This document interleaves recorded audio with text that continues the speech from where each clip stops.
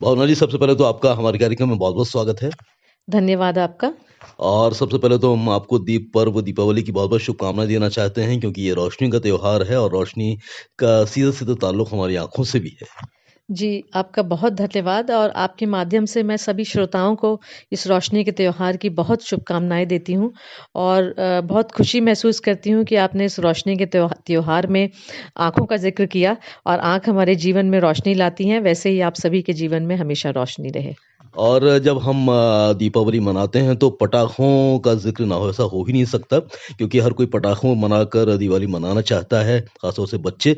और ऐसे में सतर्कता, जागरूकता बहुत ज़रूरी हो जाती है। तो हाल ही में एम्स ने जो गाइडलाइन जारी की हैं उसके बारे में बताइए कि वो गाइडलाइंस के पीछे मकसद क्या है और उसमें क्या विशेष है? जी, हम लोग हर साल ऐसी गाइडलाइंस जारी करते हैं, पब्लिक को अवेयर करने के लिए, जागरूक करने के लिए कि देखिए पटाखा एक तरीके का एक इन्फ्लेमेबल ऑब्जेक्ट है, एक उससे एक सॉर्ट ऑफ आग निकलती है और एक्सप्लोजन होता है। तो ये एक इंजरी का ऑब्जेक्ट है या इसके कारण आँखों में इंजरी हो सकती है, चोट लग सकती है।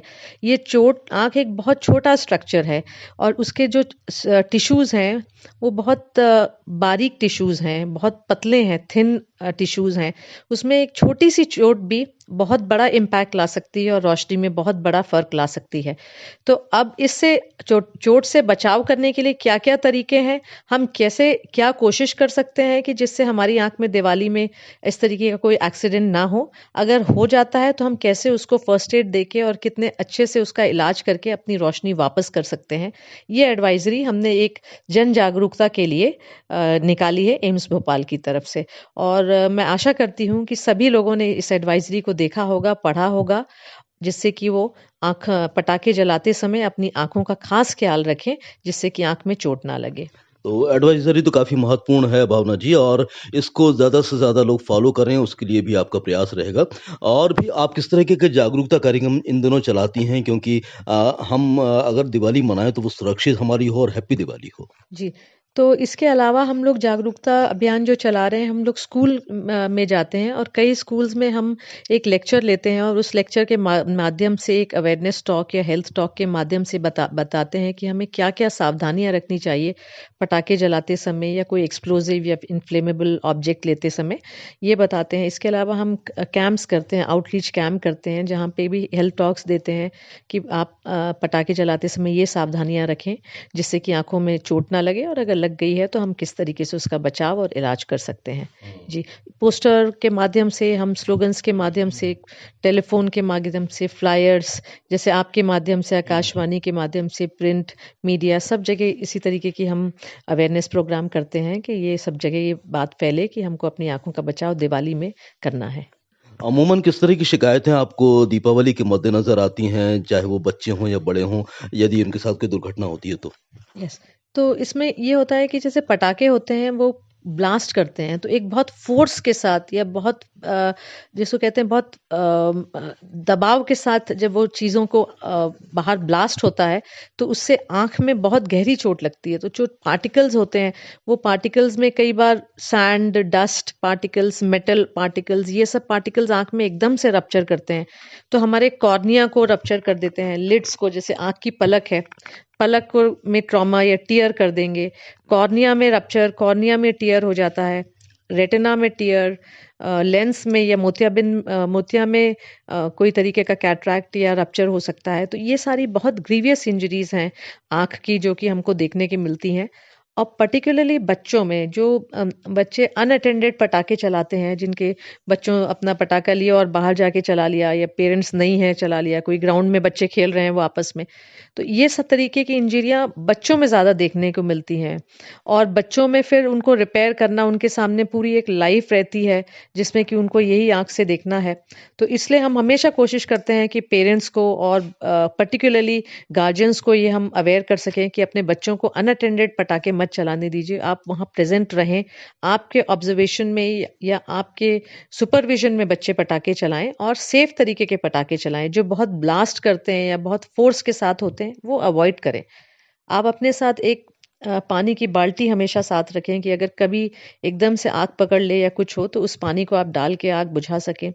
अगर कभी आँख में पटाखा फट गया, हाथ से होते हुए आँख में चला गया तो उस समय आँख को रगड़े नहीं, उसको बहुत तेज़ी के साथ रब ना करें। उसको बस हल्के से खोल के एक टॉस से देखें कि क्या आँख में खून उतर आया है या आँख में कोई टियर दिख रहा है या कोई काला धब्बा, कोई चोट दिख रही है या कोई फॉरेन बॉडी, कोई सैंड, डस्ट पार्टिकल या पत्थर का टुकड़ा या फास्फोरस का टुकड़ा जो भी पटाखों में रहता है वो दिख रहा है। तो वो देख लें कि ऐसा दिख रहा है, उसको रगड़े नहीं या आप खुद निकालने की कोशिश ना करें उसको तुरंत ही नेत्र रोग विशेषज्ञ के पास जाएँ। वहाँ हमारे पास मशीनें होती हैं, वो मशीनों के द्वारा हम उसको केयरफुली एग्ज़ामिन कर सकते हैं मैग्नीफाइड व्यू में और फिर उसके बाद हम उसको निकाल सकते हैं। निकालने के बाद एंटीबायोटिक देते हैं, उसको अगर ज़रूरत पड़ी तो रिपेयर सूचर लगाते हैं, स्टिच लगाते हैं। तो इस तरीके से हम वो करते हैं। तो मैं एडवाइस ये देना चाहूँगी कि जब भी आँख में कोई चोट लगती है या कोई तरीके की इंजरी आँख में एकदम से ब्लास्ट हुआ है या कुछ हुआ है, तो बहुत जेंटली सामने से टॉर्च लगा के देख लें। आप खुद से उसको इलाज करने की कोशिश ना करें, ना आँख को रगड़ें। आप तुरंत डॉक्टरी सलाह लें और इसके अलावा आँख के ऊपर एक आई शील्ड होती है, वो शील्ड रख दें जिससे कि आँख में फर्दर इंजरी ना पड़े। आप अपने से कोई भी ड्रॉप लेके ना डालें। जनरली लोग क्या करते हैं दुकानों पे जाके स्टेरॉइड की ड्रॉप लेते हैं, वो डाल लेते हैं। तो स्टेरॉइड की ड्रॉप या कोई भी ड्रॉप अपने से लेके मत डालें, डॉक्टरी सहायता लें और जितने जल्द से जल्द हो सके आप डॉक्टर की सहायता लें क्योंकि इंजरी जितना ज़्यादा टाइम होता जाएगा उतना इन्फेक्शन का चांस बढ़ता है। तो ऐसे में कोशिश ये करें कि आप ये ना सोचें कि अरे आज तो दिवाली है, हम कल दिखा लेंगे। आप तुरंत डॉक्टर को कंसल्ट करें क्योंकि दिवाली तो हर साल आएगी, आप हर साल मनाएँगे, लेकिन आँख आपके साथ हमेशा एक बार आप रिपेयर करेंगे तो हमेशा रहेगी। तो इसलिए आप उसको तुरंत प्रायोरिटी में दिखाएँ और उसका इलाज चालू कराएँ। यूँ तो हमारे सभी श्रोता साथी समझदार हैं और जागरूक हैं, लेकिन दुर्भाग्यवश यदि किसी के साथ कोई हादसा हो जाता है, आँखों को कोई नुकसान पहुँच जाता है, तो पहली प्राथमिकता क्या होनी चाहिए? जी, पहली प्राथमिकता जैसे मैंने बताया कि उसको टॉर्च से दूर से बस देख लें कि अगर इंजरी हुई है, आप दूसरी आँख अगर अच्छी है तो उसको बंद करके और देखने की कोशिश करें कि क्या बच्चा या जिसको भी चोट लगी उस आँख से देख पा रहे हैं कि नहीं। आप अपने उनकी आँख के सामने अपनी उँगलियाँ रख सकते हैं और उनसे बोल सकते हैं करीब 3 मीटर के डिस्टेंस से 4 मीटर की, आप उँगलियाँ काउंट कर पा रहे हैं क्या? अगर नहीं काउंट कर पा रहे हैं, तो इसका मतलब कि आँख में चोट बहुत गहरी लगी। अगर आँख में लालपन है या खून उतरा हुआ दिख रहा है या आँख से खून निकल रहा है या आपको ब्राउन पैच दिख रहा है या वहाँ पे काले रंग का कोई ब्लास्ट का कोई मटेरियल है या पटाखे का मटेरियल है, तो इसको आप ग्रीवियस इंजरी समझिए और तुरंत डॉक्टर से कंसल्ट करिए। अगर ग्रीवियस इंजरी नहीं है, तो पेशेंट थोड़ा बहुत जलन की तकलीफ या पानी की तकलीफ की कंप्लेन करेंगे या आप फिंगर काउंट करने के लिए बोलेंगे 6 मीटर से उँगली दिखा के, तो वो काउंट कर लेंगे। तो ऐसे में ये हमको हो जाता है कि चलिए आँख में इतनी ग्रीवियस इंजरी नहीं है। फिर भी इस कंडीशन में भी अगर चोट लगी है या ब्लास्ट का असर है, तो भी हमको दिखाना ही है। जी। तो आई डिपार्टमेंट एम्स की प्रमुख होने के नाते आप मैसेज क्या देना चाहती हैं दिवाली की इस पुनीत बेला में, और क्या आह्वान करना चाहती हैं एम्स की नई एडवाइजरी को लेकर? जी, मैं आप सभी को आपके माध्यम से ये कहना चाहूँगी कि अपना बहुत ध्यान रखिए। दिवाली रोशनी का त्योहार है, ज़रूर खुशियाँ मनाइए बट सावधानी बरतिए, केयरफुल रहिए जिससे कि हमको किसी भी तरीके की चोट ना लगे। अगर लग जाती है अनफॉर्च्युनेटली तो इसके लिए डॉक्टरी सलाह लें। आँखों संबंधी किसी भी तकलीफ के लिए या किसी भी बीमारी के लिए या कोई भी दवा इलाज के लिए एम्स भोपाल में आएँ, आपका संपूर्ण परीक्षण करके और उचित इलाज दिया जाएगा। Thank you. इतनी महत्वपूर्ण चर्चा करने के लिए भावना जी आपका बहुत-बहुत धन्यवाद, और एक बार फिर से आपको दीपावली की बहुत-बहुत शुभकामनाओं के साथ इस बातचीत को समाप्त करते हैं। बहुत-बहुत धन्यवाद। Thank you.